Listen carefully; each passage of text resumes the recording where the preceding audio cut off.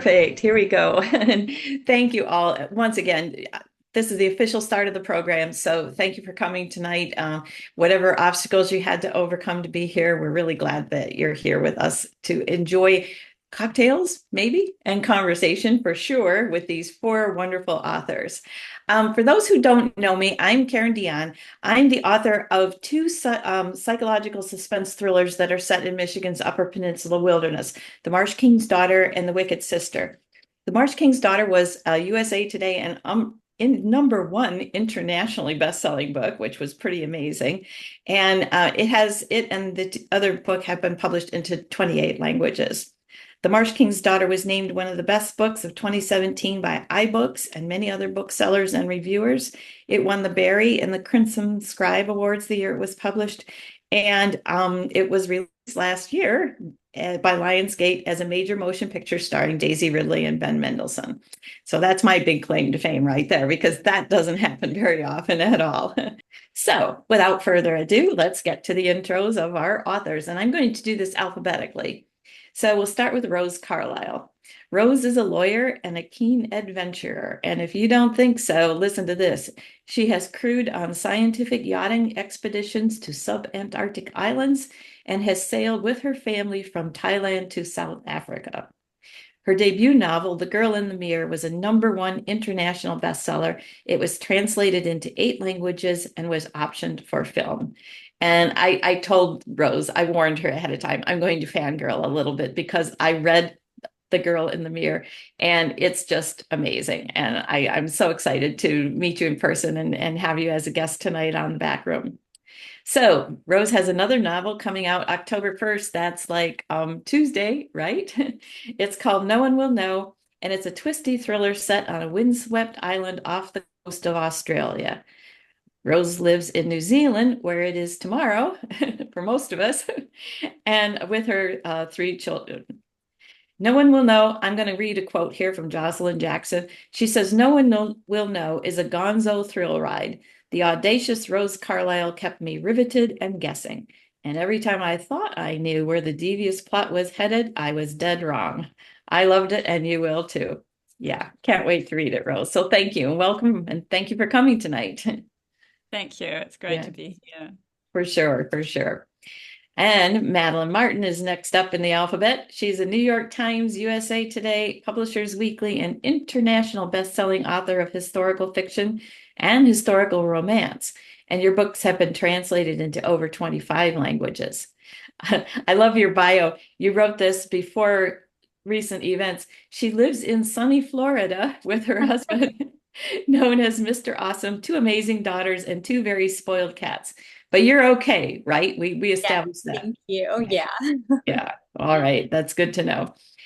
So Madeline's new book is called The Book Lover's Library, and it came out September 10, so it's just a couple weeks old now.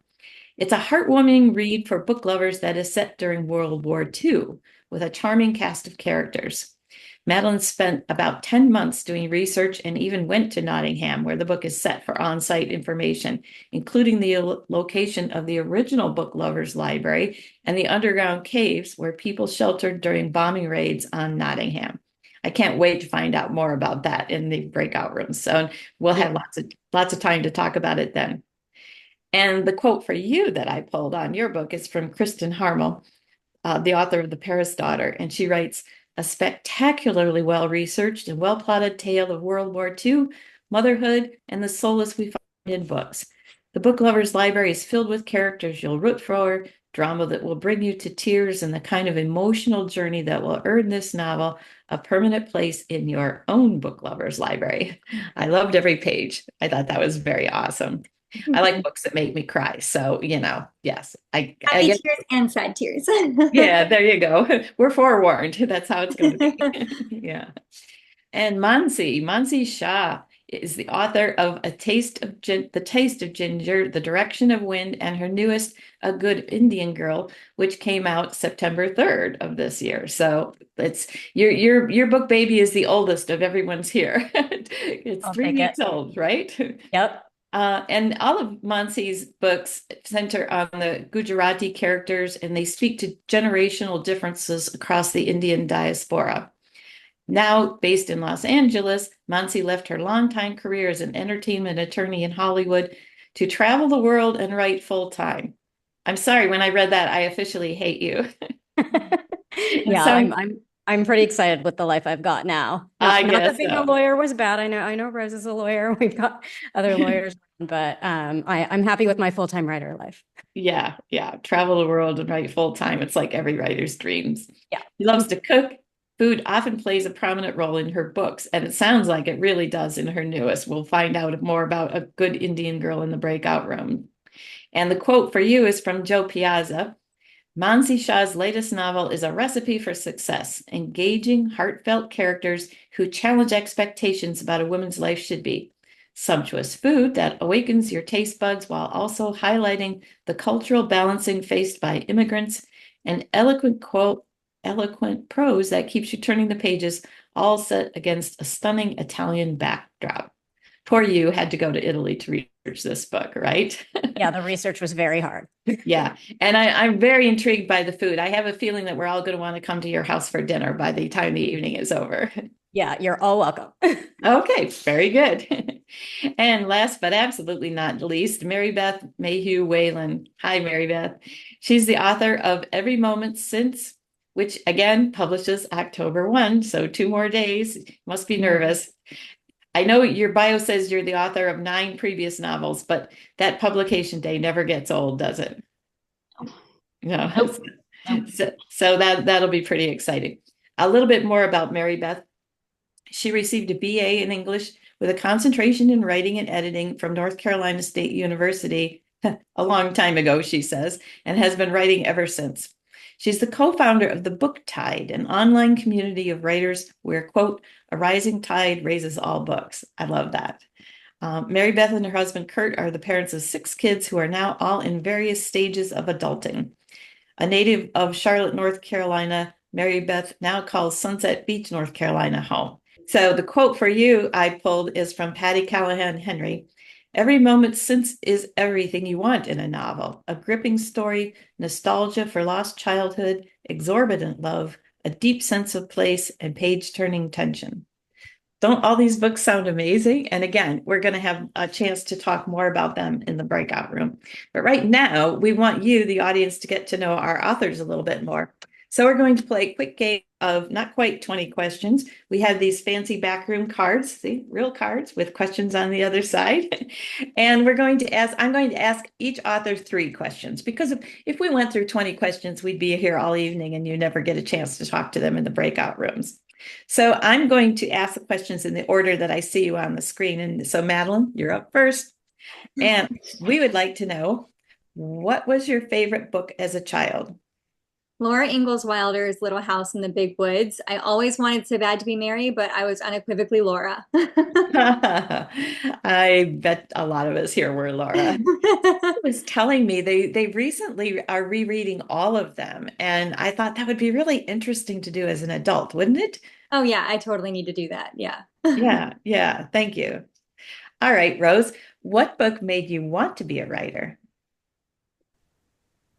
Oh, that's a really difficult question. I mean, there are so many brilliant books out there.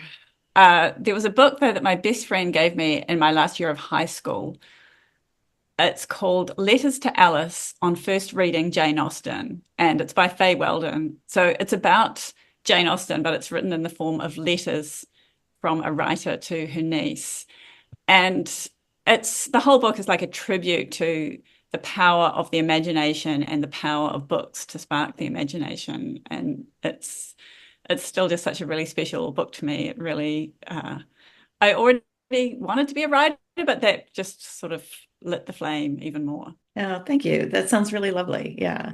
Sometimes an author, it's less complicated than that. They're just like, oh, I like that book. I can do that too. But I like the inspirational part of what you said. Yeah, that's lovely. All right, Mary Beth, if you can remember, what was the title of the first thing you ever wrote? Well, I guess the first thing that was published, because I can remember that. I wrote a lot growing up. I was like Harriet the Spy. I carried a notebook around with me everywhere I went and scribbled things down about things that I saw. And I lived in the time where your mom would leave you in the car while she went inside and went shopping. And so I was never bored because I would just scribble in my notebook about the people that walked past me. So I would say that probably was the first thing I ever really wrote was that notebook. But my first book was called The Things We Wish Were True. No, actually, sorry. That was the first kind of suspenseful book. First book I wrote was called The Mailbox. Okay, nice. Thank you. I love the image of you as a child sitting in the car, just writing down little stories about the people who went by. That's awesome. Yeah. Thank you. Mansi, where do you write? I write all over because I travel a lot. So my current book was written partly in Los Angeles, partly in Italy, obviously, where it takes place, partly in Greece, France. I'm forgetting other places, but yeah, I will write anywhere I can on ferries, on boats, on trains, on planes, anywhere I can. Wow, I mean, I really admire your focus, that you can shut out whatever's going on around you and do the writing like that. So a lot of writers, they've got their ticks and their routines and they have to have this pen. Do you carry even just one special pen and pad with you?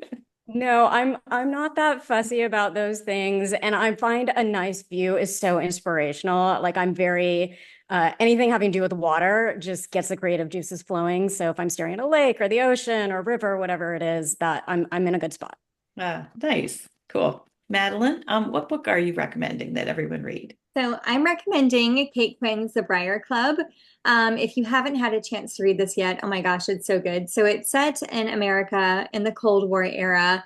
And there's a mystery of a body that ends up having to sort of be solved.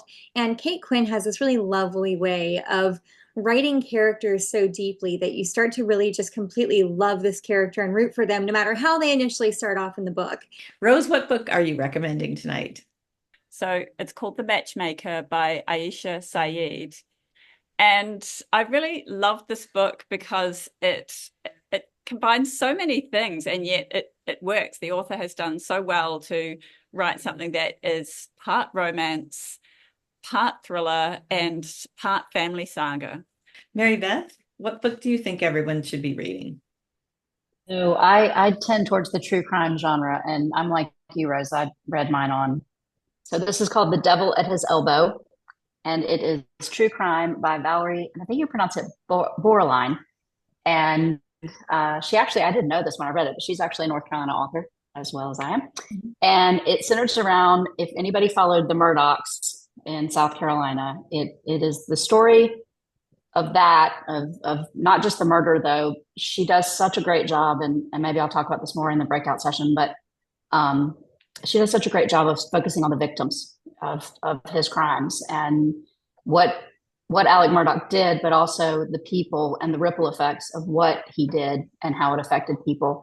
Thank you. That sounds amazing. Yeah. And Mansi, what's your book recommendation? I'm also an e-reader. My eyes can't, let me get that right. It's A Great Country by Shilpi Somaya Goda. And it's about a family, it's an immigrant family, Indian family, who move into a more affluent white neighborhood. And they end up having an incident with the police with their youngest son. And so it's told, there's 3 children and the 2 parents, and it's told from the 5 different POVs, which I think sometimes like feels rushed, like you can't really get depth on any of the characters, but the author has done such a great job of layering everything in. And it really just, it kind of has the vibe of Celeste Ng's Little Fires Everywhere, where you're sort of like looking at how this neighborhood is approaching this family and how they are interacting with the neighborhood and the police and things like that. And she really has just so many complex issues layered in there about bias and privilege and neurodivergence. Like so many things are touched in this book. It's a really wonderful one. I highly recommend it. Wasn't that fun? We hope you enjoyed this taste of what a backroom event is like. The best part comes immediately after, when the audience is divided into 4 breakout rooms and the authors visit each room in turn. We'd love to show you what a breakout session is like because these relaxed face-to-face conversations between authors and readers are the hallmark of our backroom events. But breakout sessions are never recorded. What's said in the backroom stays in the backroom.